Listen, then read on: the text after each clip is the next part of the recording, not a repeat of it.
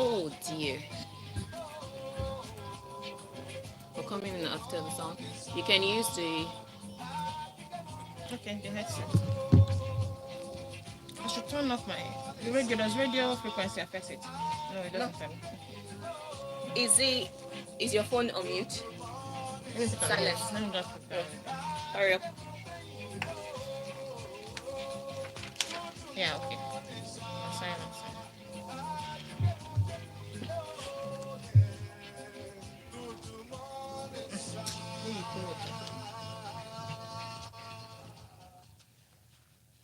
Do you understand English? Do you understand your mother tongue? Well, that has been the conversation that we had in the 7 o'clock hour, and it's been quite interesting. Thank you for all your takes.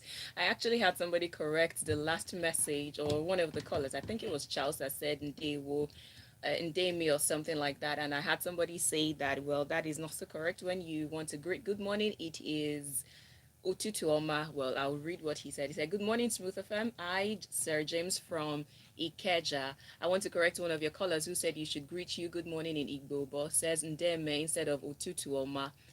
But he says, yeah, instead of Ututuoma. Then to your question, I support knowing mother's tongue because it helps to sustain our African pride. Well, thank you. Says Ndeme means well done. You people should not please teach me nonsense. Teacher, don't teach me nonsense. But yes, make it a point of call to teach yourself and, of course, your children and maybe your cousins, your nephews, your siblings. Teach them the mother tongue. It is important, it is necessary. Now, that said, we are in the soul food. We're going to have that soul food conversation, and we are talking about autism today because 2nd of April happens to be the World Autism Awareness Day. If you're a part of our YouTube family, you can already get or you have already seen the notification, so click on it and check what's going on. In the studio, I have my guest already. We will be talking about autism, yes, for the next 30 minutes thereabout. What it is not, how you can maybe see the signs in what you can do to somebody who has been diagnosed, and of course be a part of the conversation. If you're on YouTube, you can drop your comments or whatever it is you have to say in the chat box. And if you're not, you can come to WhatsApp to ask your questions. You can also call on the number 014489981. That's the number to, yeah, 014489981 is the number to dial, and WhatsApp is 080944400981. Now, that said, my guest, her name is Prisca Chika Onuegbu. She's a public health professional, she's a disability inclusion advocate, and I say that she is the first point of contact that I had into autism awareness and education because she's so passionate about the topic and all the things I have learned about, at least the foundation of autism that I had. She was the one that passed it on to me. So, yes, it's a pleasure to have you here this morning. Thank you so much for joining me, Friska. Thank you. Thank you for having me. Well, it's a pleasure. Thank you for waking up this early to come here and, of course, to come and talk about it because I know it is the passion that drives you. Now, that Yeah. said, a number of people are not even sure what autism is, autism spectrum disorder. In fact, when people hear autism, not everybody knows spectrum disorder is at the back of it. Mm-hmm. So, first off, autism. Some people think, oh, it is that condition where people cannot express themselves. They don't know how to talk, they stutter or something like that. So, let us get to the basics. What is autism spectrum disorder? Okay. So, what is autism spectrum disorder? I usually like to start from autism first of all. What is autism? So that we will now go to the spectrum because it has to be explained differently. Yeah. Okay, so I'll first say in the simple term, autism is a different brain wiring. So when we all know that, we can now talk about the scientific definition of it. But know that autism, first of all, is a different brain wiring. So, we are all different, but then we are uniquely different. That's the term. So scientifically now, autism is a developmental disorder that affects the normal functioning of the brain. And then it shows in the symptoms manifest in different three major domains of development. You see deficit in social skills, deficit in both spoken and non-verbal communication, or some behaviors and or interests that are quite rigid and maybe stereotypic. That's basically what autism is. Okay. And then, so the spectrum part of Spectrum. it. So autism spectrum disorder now. So autism is a spectrum, like we all no. A spectrum means that it varies. So one thing we should first understand is that no two child with autism is the same. So in that a child manifesting with some particular symptom may not exactly manifest the symptoms may not be the same in another child with autism. So let me break down those domains like I mentioned earlier. Okay. So when you see a child having a deficit in social skills, first of all, you may see the child not wanting to interact with people.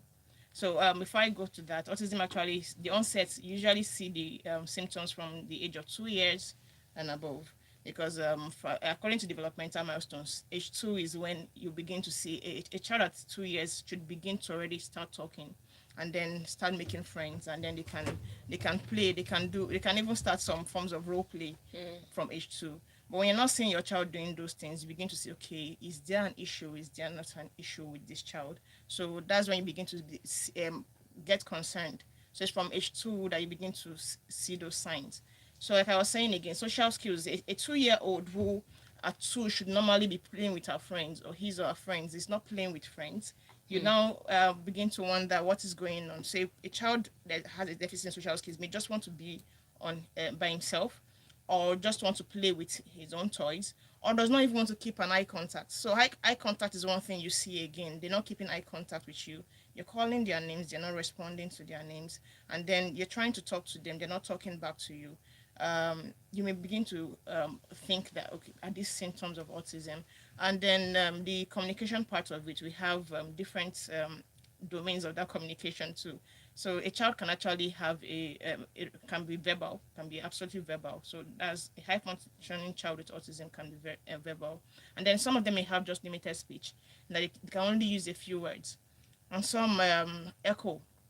There's a term called echolalia, so where they don't have their own speech per se, but they use the speech of others. So if you're making a prompt, if you ask a child, what's your name, the child may tend to say, ask you back, what's your name, because that's the speech he knows, or that's the speech she knows how to use your own speech. So that the speech is limited. You can use the speech, but you've not learned to channel it to an interactive communication. And some have absolutely no speech, they can't talk. So you may begin to want to think of ways to speak with them, because of course communication is not just verbal, we also have non-verbal communication. So that's deficit in communication.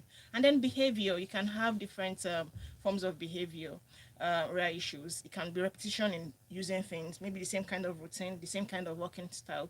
They can tiptoe, they can maybe they want to make a request and you're not granting the request. They may throw tantrums at those points in time because they feel they want to be heard and you're not listening to them.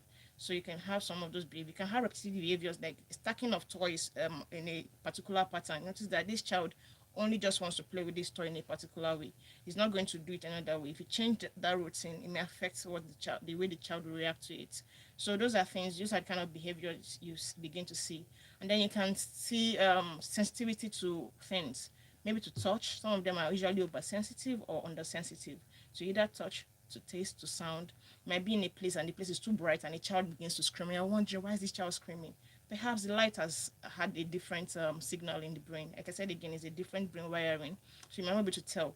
And some in an absolutely bright place, they will not even notice that anything is happening to them. Some may be absolutely undersensitive to sound. So you may call and then they don't even know when something is very loud, and in a loud space they can stay there, while another child may not be able to stay in a very loud space. So those are things that happen in children with autism. It's just a different brain wiring, like I said again.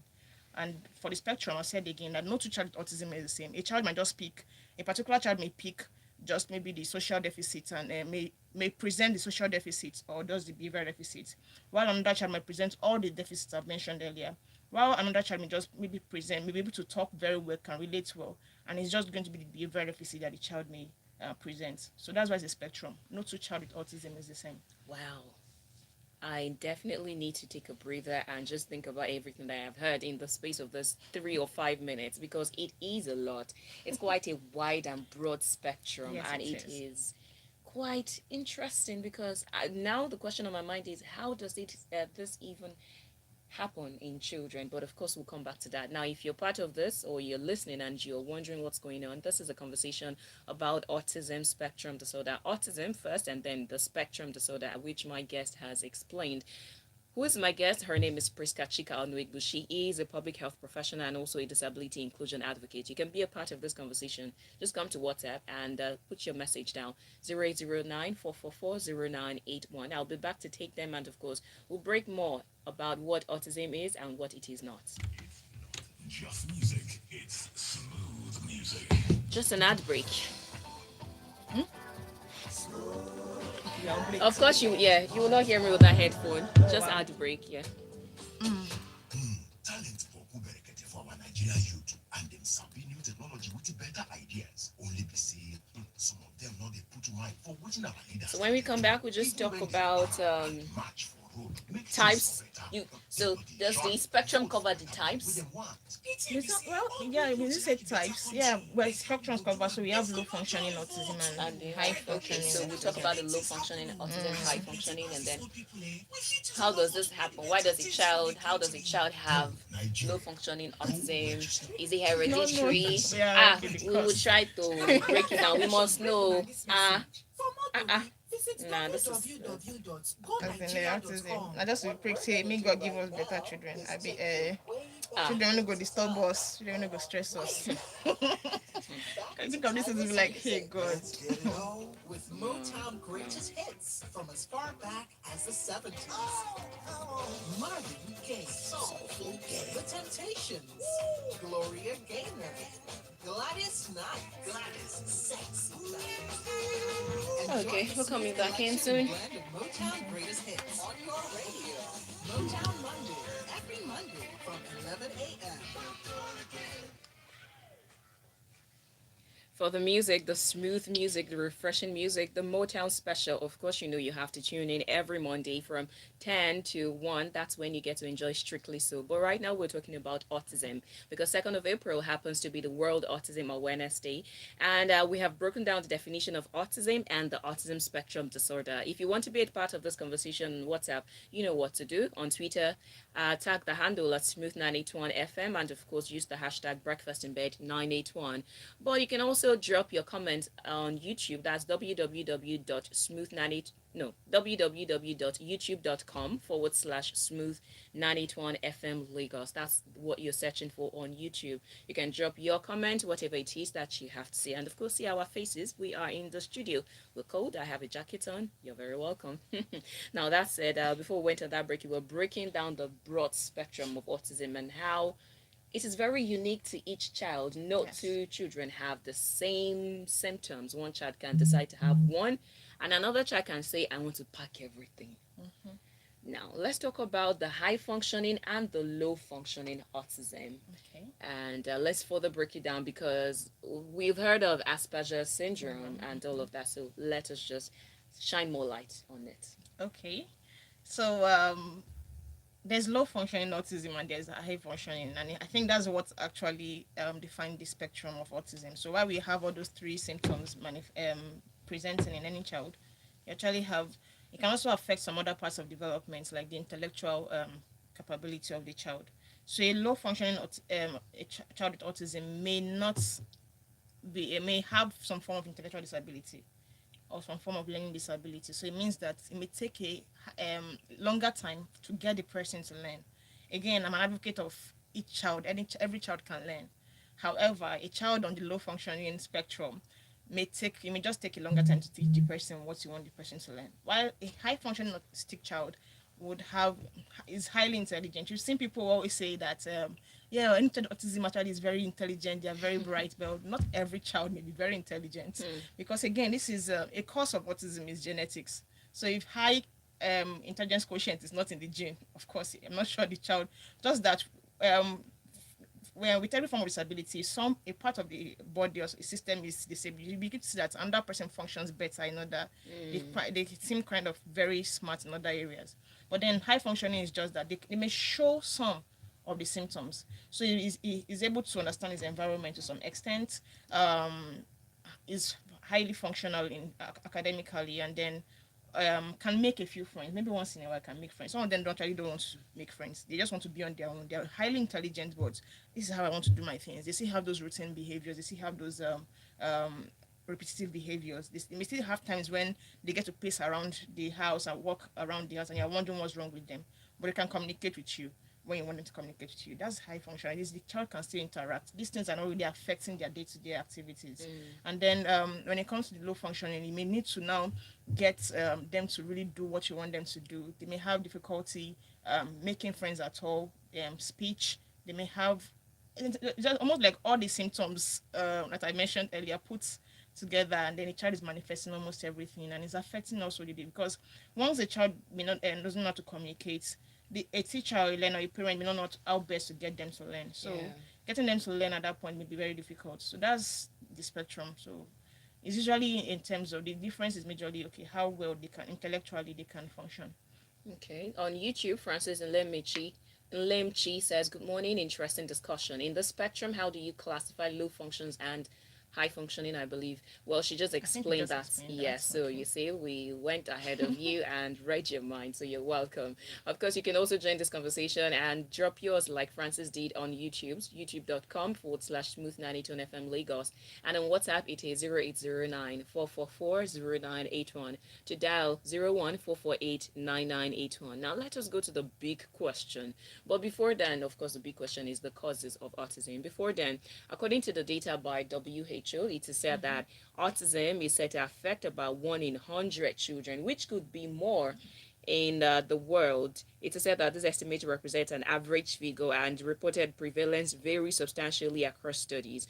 It goes further to say that some well controlled studies have, however, reported figures that are substantially higher, and that the prevalence of autism in many low and middle income countries is unknown because Data. We data. have data issues. Yes, we have data issues. And of course, especially in low income countries where parents are quite protective of their children, and there is still the stigmatization too, Yes. and they don't want their number to be their children to be Labeled. exactly. Yes. So that's one of the challenges, I believe, to Yes. autism awareness. Yes. But that said, what are some of the causes? You have mentioned genetics. How does a child who's supposed to be bright, normal, interactive, verbal, no, and communicating in different ways just decide to repeat some patterns? Okay. So how does a child decide to? They didn't decide to. Well, Okay. like I said, the brain function just got wired differently. So for now, there's still no known cause of autism. It's like we can't pin it. That's okay. This is actually what caused autism. But they are predisposing factors. They're Okay. just okay things that may lead to it. But there's still no known cause of autism. The only thing that has been established so far is that it is hereditary. So it means that it's genetic. There's a genetic cause and then there's an environmental cause. So if it's genetic, it means that if there's a trait of it in a family member, it can manifest maybe in the child or in the children's children. And then it as if a sibling already has a high chance that another sibling with, of that child would have autism. So you have seen families where they have two children with autism because it's already that means it's genetic. There's a particular, but they've not been able to pin down what's that genetic thing that is causing autism. So we know that is hereditary. So there's a likelihood that someone with autism in the family, and if there's someone already with autism in the family, another person may actually present with that. And those two children actually will still be different. Yes, their symptoms will be very different. And environmental factors maybe factors, perinatal factors, factors from when the child was conceived to delivery. The first 3 months of life is when the brain development takes place. There's an impaction during the brain development, started during the first 8 weeks of life. It might affect the child's development. So a child, when they do all those scans and all that, you may see a child normally developing, but of course you not see how the brain is being developed and then. So there might be been an impaction, you can't say. Some is maybe at birth, some other maybe substances that were taken during pregnancy, some at birth, maybe prolonged labor, because when we've been to do assessments and all that, we ask questions like, was there a prolonged labor? Was there any form of, was there any issue at birth that's caused this? Because anything that happens during labor can affect a child's brain. Even if a child was going to be normal until delivery, the time of delivery is very sensitive, and anything can just change the brain function or the brain wiring just at birth. So things like that may predispose, but they're not actually the cause of autism. but they just predisposing factors. I don't like disorders and conditions that do not have a specific cause because it just has you wondering and trying to figure and being unnecessarily cautious, and Yes. it is bothersome. Science, please, can you come up with things? Yeah, they're still trying to do the research, and we're hoping that someday we can get so that we can all just, when you know the cause, you know how to control it. Yeah. Of course, when you know these predisposing factors, also you can just be careful. That's it. Oh wow. All right then. So autism, it is definitely not a death sentence. It is At all. not a life sentence in terms of it is not debilitating, it is not No. limiting, right? So, but how do you manage it? Okay, so early intervention is key. That's the word we'll first use. So autism is manageable, though it is a lifelong disability. It's termed as lifelong in that if a child has it, a child with autism is an adult with autism and all that, just that they outgrow symptoms with therapy. So it's why we advocate for early intervention. Early intervention is so when you begin to see that the child is not, according to the milestones, is not the pattern of development is not in line with the norms. You may begin to start. Okay, can I check this? Is this child still normal? Although again, some children have just delayed development.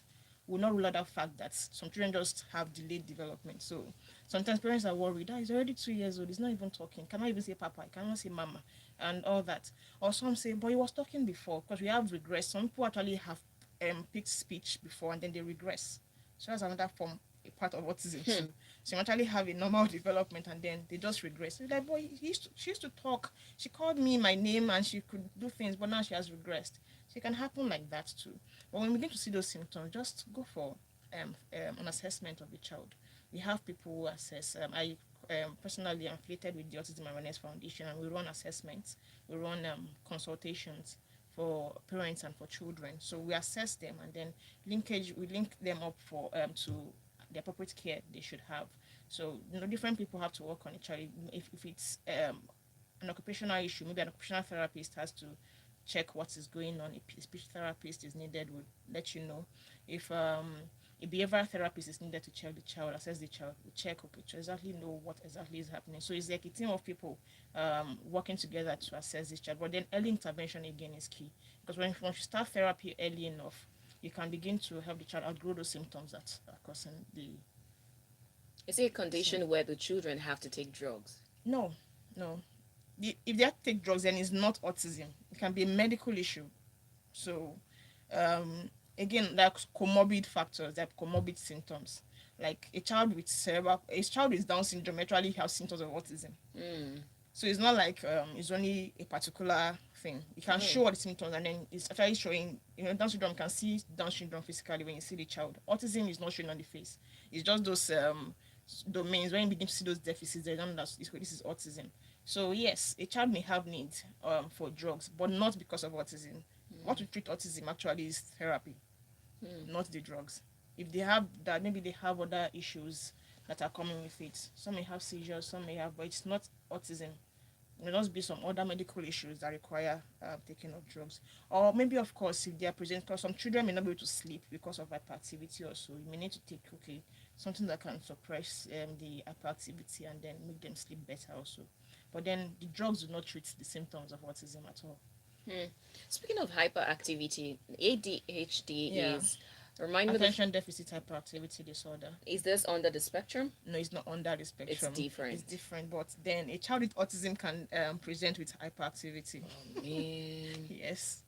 Oh, wow. Okay, so I have Francis on YouTube asking some questions. You know what? We'll take a breather. And when we come back, Francis will answer your questions and just give some general recommendation about autism when you spot the symptoms, or we've talked about some of the symptoms, and when you need to quickly go over to a therapist, because early intervention is key. Yes. This is Smooth 98.1. Refreshing music. Love music. Now, wow. Hi. Now, hospital. Some people, his parents, they don't want to do, but then CS, God forbid, And one thing. you say that. Yes, you want the hospital. Do. Well, yeah, true. For our Nigerian youth and them sabi new technology with better ideas. Only be say some of them not they put mind for what our leaders them they do. Even when them para and Okay, on YouTube now. Yeah. Okay, where's the YouTube link? Someone is asking how you can see. It's not in Nigeria. Maybe it's not getting the signal. Oh, okay. Um, just search for Smooth 92 FM on YouTube.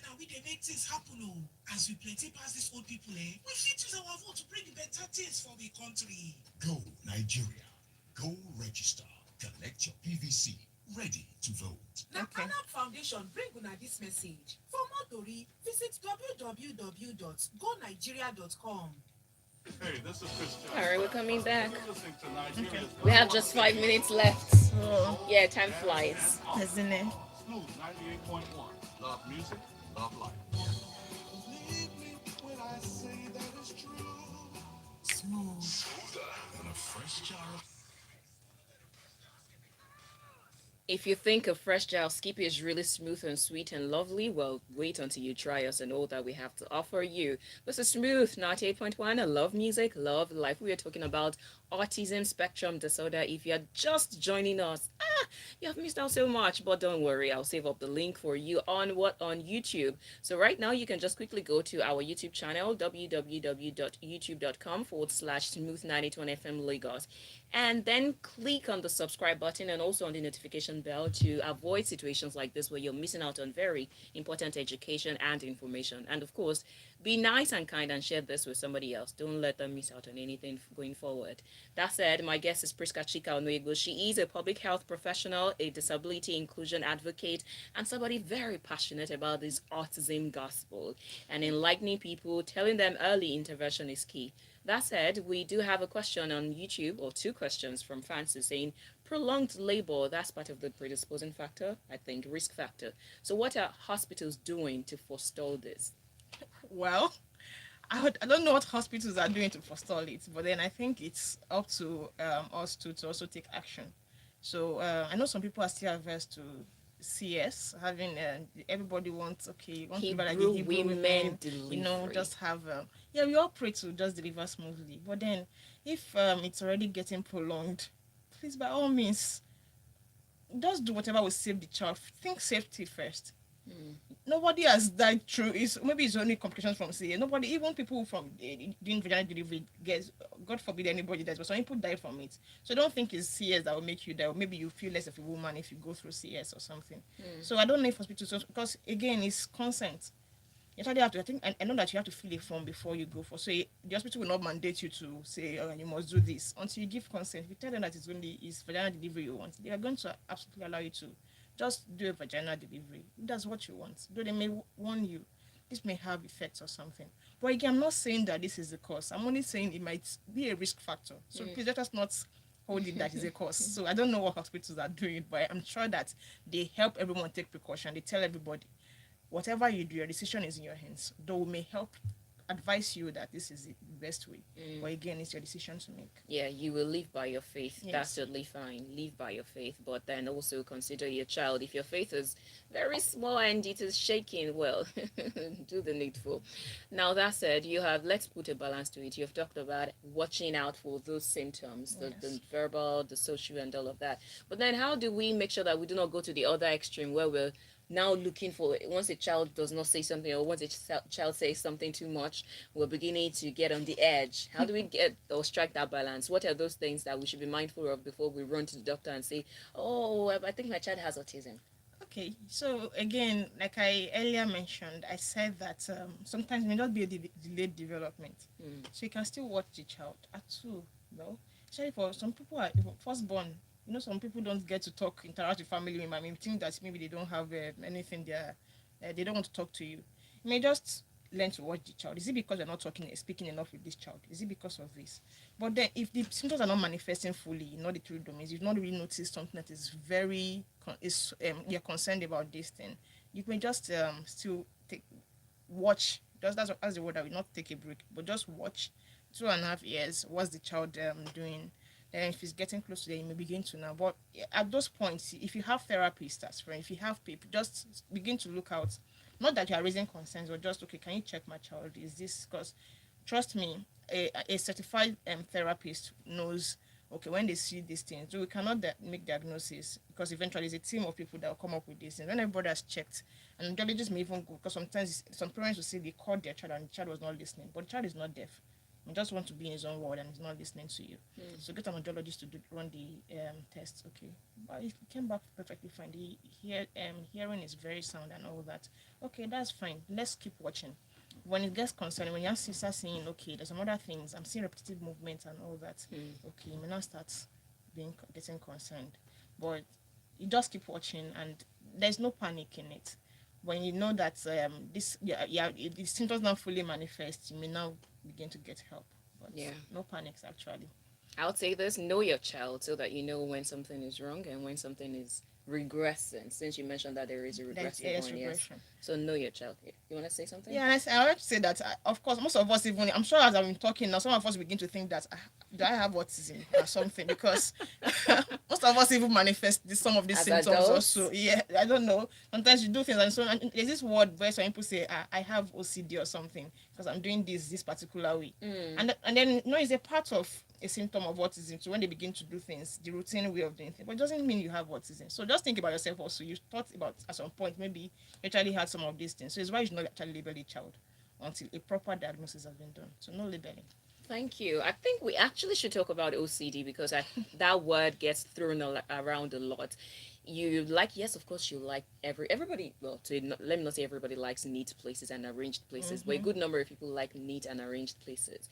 And they say, "Oh, I have OCD." It's like it's a cool word. Like, "Oh, I have OCD. My OCD will not do this." Come on, do you know what OCD is? Yeah, so we should definitely talk about it. Thank you for bringing that up. I will bookmark it, and maybe we'll have you back talking about it. But what will be your general advice and recommendation to parent, especially because parenting is not It's not. it's not easy. Yes.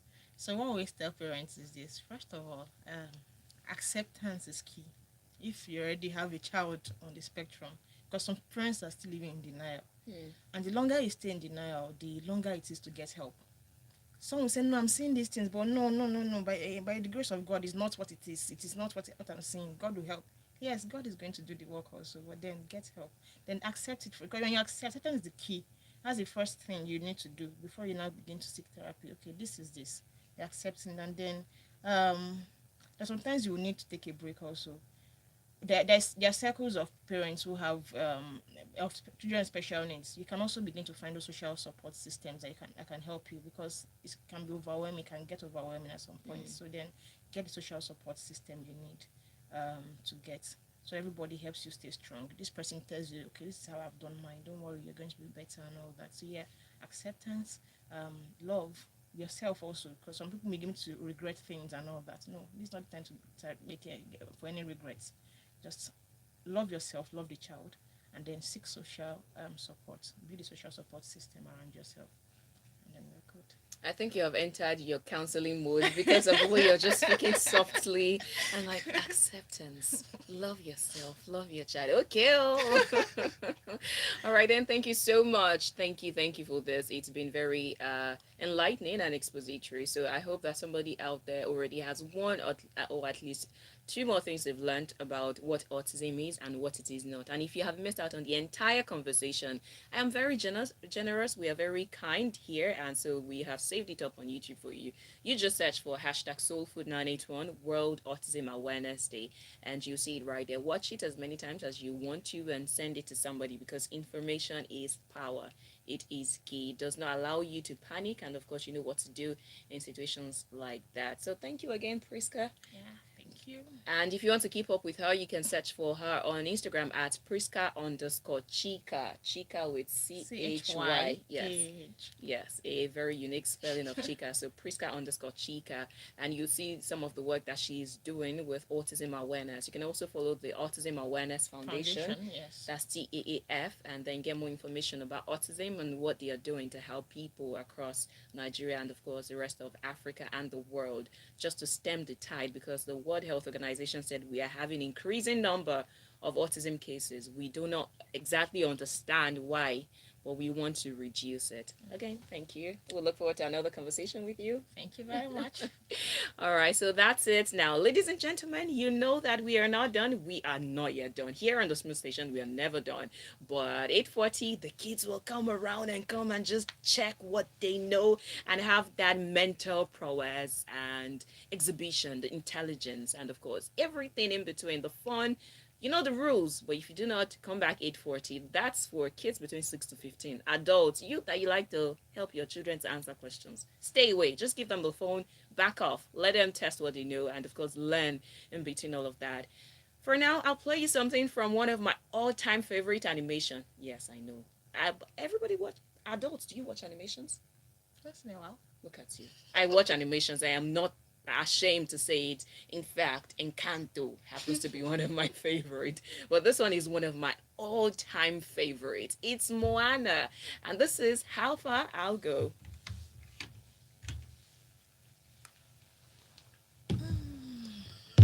Thank you, thank you, thank you, thank you. All right, we are done. Okay. What? You're finishing by 10? Yeah. Am I already finishing my time? What time?